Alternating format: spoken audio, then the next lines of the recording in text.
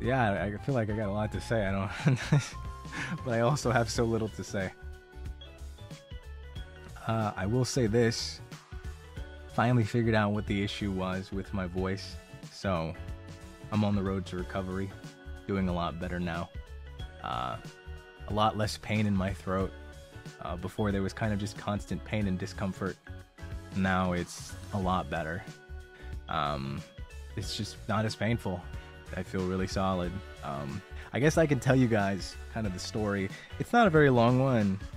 Basically, I went to the doctor's office and they were like, hey, you have strep. And I was like, oh, for real? And then they were like, we're gonna test you. And I was like, cool. They tested me and it wasn't strep. And I was like, hey, so is something gonna happen? And then they sent me on my way. And I was like, are you guys gonna prescribe me anything? And they didn't say anything. And I tried to call them and said, hey, I'm in pain. And they tested me. And then they said nothing. Can I like get a follow-up on that? And they said, you have to come back in. And then they made me pay more money for another appointment. So I went back in for another appointment.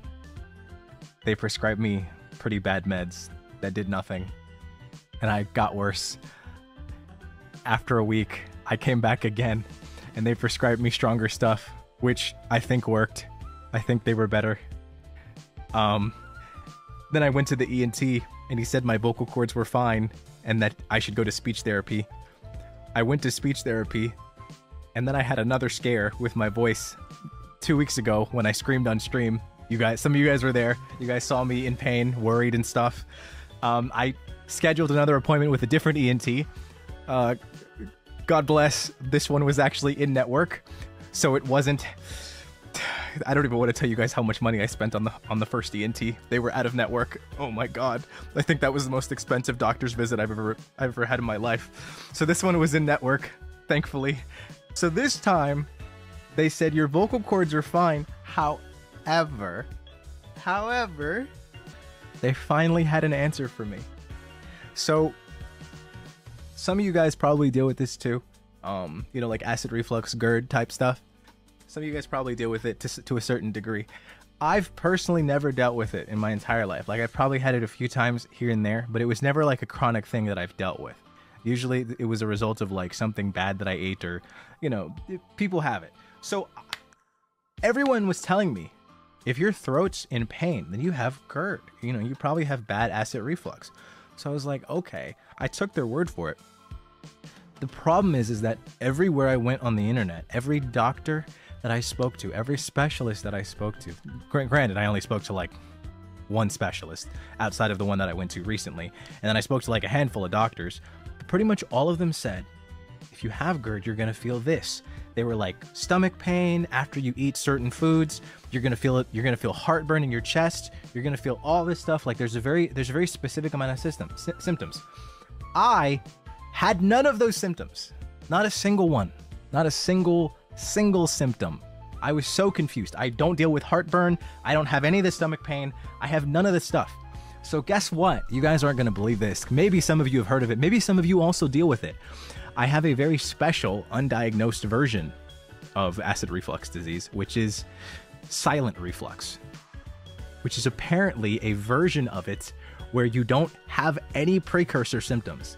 Just goes straight to your throat. I think it's called LPR, I think. I don't know exactly what it is.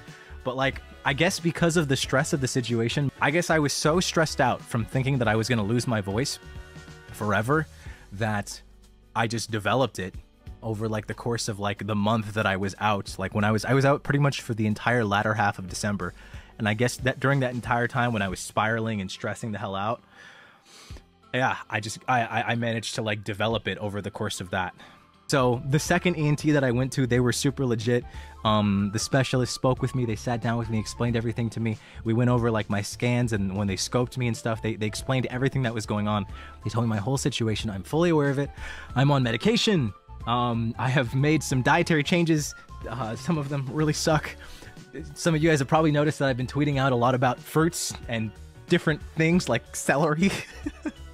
So I've talked with my my speech therapist. What the goal is now is to keep doing my exercises, keep adding on more as I get better, keep like dealing with the acid reflux as it goes. And once I reach a point where I believe they said 1 to 2 weeks.